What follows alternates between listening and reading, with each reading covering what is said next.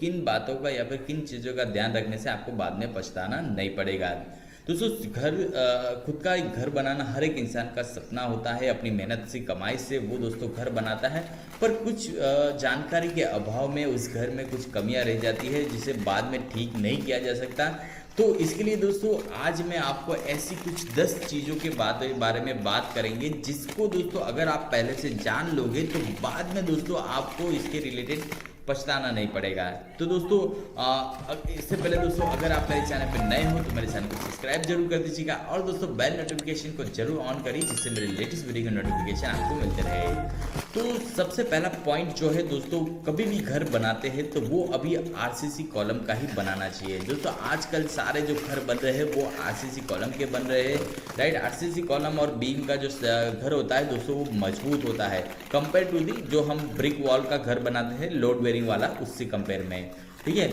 और इसके फायदे में गिना दूं कि आरसीसी कॉलम में घर बनाने से क्या होता है कि घर का जो छत का जो सारा बार है वो कॉलम के आ जाता है, और जिससे दोस्तों हम क्या करते हैं भीतर की दीवारें जो है वो हम उससे ज़्यादा मोटी नहीं रखनी पड़ती, मतलब हम पतली दीवारें भी घर के अंदर रख सकते हैं, ठीक है। और दूसरी बात है कि आरसीसी की जो छत है वो बारिश में दोस्तों लीकेज का बहुत कम प्रॉब्लम रहता है कंपेयर टू जो हम जो बनाते हैं लकड़े का या फिर जो पत्थर का जो घर छत बनाते हैं उससे कंपेयर में ये जो छत है दोस्तों वो बहुत ज़्यादा मजबूत होती है।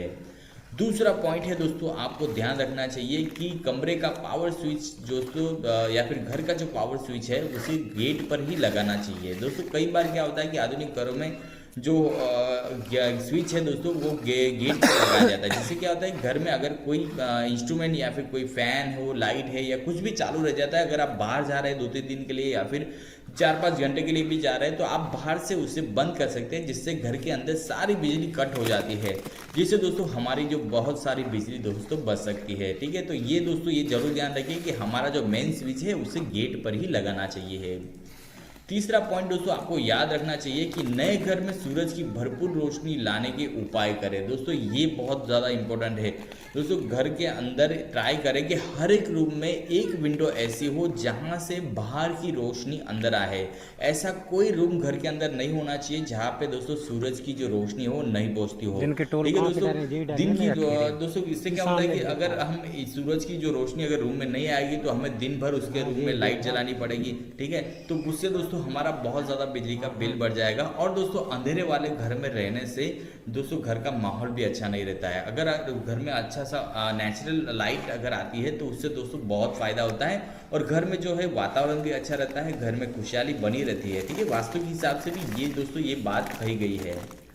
और अब नए घर में सूरज की किरणें लाने के लिए उपाय क्या करें, तो कांच की दोस्तों ईंटें आजकल बनाई जाती है कि देखिए स्काईलाइट उसे बोला जाता है। ऊपर छत में आप कांच की जो ईंटें हैं वो लगा सकते हैं। कांच की ईंटें लगाने से क्या होगी, सूरज की सीधी रोशनी तो नहीं आती, बस सूरज की जो उजाला है वो घर में बना रहता है, ठीक है। तो ये एक उपाय आप कर सकते हैं घर के अंदर रोशनी लाने के लिए। दूसरा उपाय है खिड़की दरवाजे के ऊपर चौखट में एक्स्ट्रा रोशनदान जरूर बनाएं। देखिए घर के ऊपर जो चौखट होता है उसके ऊपर एक्स्ट्रा रोशनदान जरूर बनाना चाहिए, क्योंकि दरवाजा अगर बंद हो जाए उसके बाद घर में रोशनी आने का कोई दूसरा रास्ता नहीं होता है, जिससे दोस्तों ये चौखट दान जो होता है उससे हम एक्स्ट्रा रोशनी जो है घर के अंदर ला सकते हैं और हवा जो एयर सर्कुलेशन है वो भी इसके अंदर से हो पाएगा, ठीक है। तो एक चीज का ध्यान रखिए, हर एक दरवाजे के ऊपर चौखट जरूर बनाना चाहिए।